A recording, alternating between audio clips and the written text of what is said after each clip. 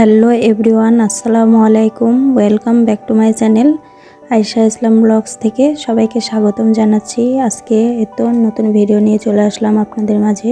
তো আজকে আমি বিকেল থেকে যে 3:30 দিকে রান্না করি, তখন থেকে একটু ভিডিও করেছি, সকালের দিকে ভিডিও করতে পারিনি।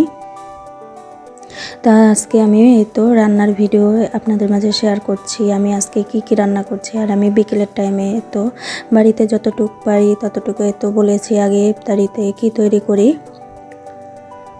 তো আমি বেগুনি পেঁয়াজি আমি এটা বাসায় তৈরি করি।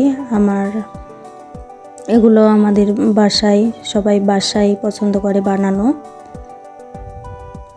তো বেগুনি পেঁয়াজিটা ভেজে নিব, আর তো একে একে করে 3টার দিকে যেহেতু চুলার কাছে যাওয়া লাগে, তো এগুলা আস্তে আস্তে করতে করতে সময় হয়ে যায় ইফতারির।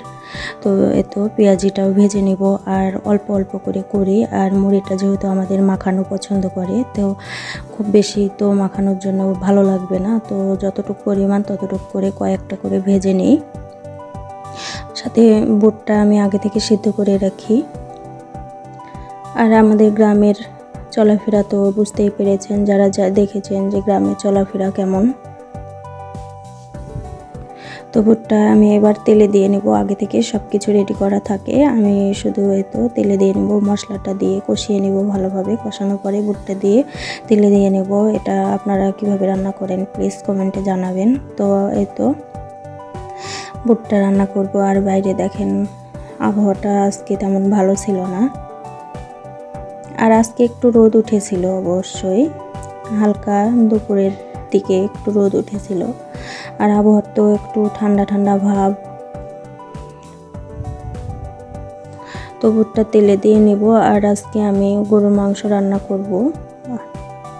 গরুর মাংস দেশি আলু দিয়ে, আমাদের বাসার জমিরই আলু করেছিল আমার বর শখ করে দেশি আলু, তো অনেকগুলাই হয়েছে। আপনাদেরকে ভিডিও করে একদিন দেখাবো, অনেক ছোট বড় সব ধরনের। তো এই বড় আলুটা আমার গরুর মাংস দিয়ে রান্না খেতে খুব পছন্দ করে। তো আমার ইফতারির যতটুকু করার হয়ে গেছে, তো এবার আমি গরুর মাংসটা রান্না করব।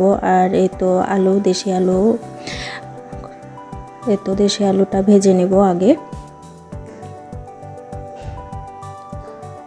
আর এভাবে রান্না করতে করতে সন্ধ্যায় লেগে গেছে আজকে। আর আমি মাংসটা চুলার উপরে বসিয়ে রেখে যে ইফতারি করেছিলাম। তো আলু দেওয়া গরুর মাংস পছন্দ করে, একটু আলু দিলে নাকি আলুটাই খেতে পছন্দ করে সবাই। তো আলুটা আমি অনেকগুলাই দিয়েছি, আলু খেতে ভালো লাগে, ছোট ছোট আলু। তো আলুটা আগে আমি ভেজে নিলাম। আর মাংস রান্না সবাই তো জানেন, আমার থেকে হয়তো ভালো জানেন সবাই। তো যতটুকু পাচ্ছি ততটুকু আপনাদের মাঝে শেয়ার করছি। আমার এই গ্রামের পরিবেশের রান্নাটা আপনাদের কেমন লাগছে প্লিজ কমেন্টে জানাবেন। আর আমি হয়তো অত ভালো পারি না রান্না করতে, যতটুকু পারছি ততটুকু আপনাদের মাঝে শেয়ার করছি। তো আমি 2টা শুকনা মরিচ দিয়ে দিয়েছি, দিয়ে পেঁয়াজটা কিছুক্ষণ ভেজে নিয়ে এখন মশলাটা ভালোভাবে কষিয়ে নিব। তেজপাতা, যা যা মশলা লাগে সব গোছের। আর আমি তো মনে করি সবজি রান্না থেকে গোশ রান্নায় একটু সহজ রান্না, আমার কাছে এটাই মনে হয়। তো মশলাটা ভালোভাবে কষানো হয়ে গেলে মাংসটা এবার তুলে দিব। আর আমার শাশুড়ি তো পাশে আছেই, আমার শাশুড়ি সব কিছু শিখিয়ে দেয় আমাকে। আমি রোজার মধ্যে একটু রান্না করছি বেশি, কিন্তু আমার শাশুড়ি রান্না করে অন্য টাইমে বেশি।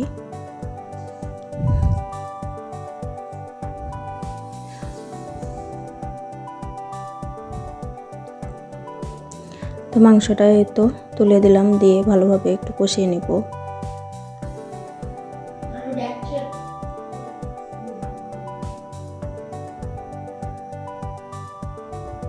আর মাটির চুলার রান্না তো আমাকে খুবই ভালো লাগে। আর আমাদের গ্যাসের চুলা রান্না করার অভ্যাসও নেই, আমরা পারিও না তেমনভাবে।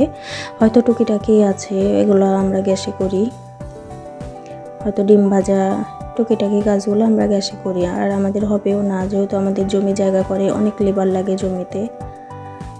তো রান্না শেষে চুলার উপরে মাংসটা বসিয়ে দিয়ে এদিকে আবার আমার বরের ফ্রেন্ড চটপটি পাঠিয়েছে, অনেকগুলাই পাঠিয়েছে যেন সবার হয়, আর চিকেন ফ্রাই পাঠিয়েছে। আর তো বাড়ি সে অনেক ভালো পারে এগুলো বানাতে, তার ওয়াইফ।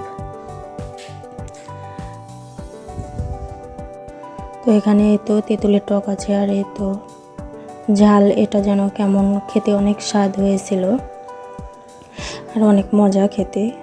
তো আমাদের ইফতারের আয়োজন রেডি। এখানে ইফতারি রেডি করে নিয়ে বসে আছি। আর আজকে আমার শ্বশুর দাওয়াত ছিল, আমার বর, আমরা 3 জন এখানে ইফতারি করেছিলাম। তো আজকে ডাইনিং টেবিলে বসেছিলাম, প্রতিদিন মেঝেতে বসে ইফতারি করি, আজকে টেবিলে বসে ইফতারি করলাম।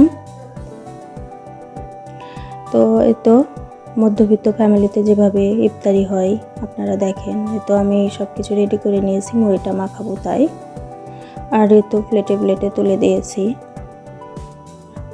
আর ইফতারি শেষে আজকে সেহরিতে ভিডিও করেছিলাম একটু। গোশের শেষের লুকটা আপনাদেরকে দেখাতে পারিনি, রান্না শেষে দেখালাম একবারে। তো সবাই মিলে ভোরে উঠে সেহরি খেয়ে নিলাম।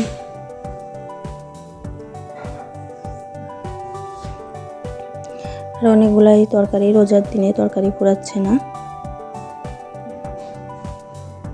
তো আজকের ভিডিও এতটুকুই ছিল। ভোরে সবাই একটু দুধ খাই।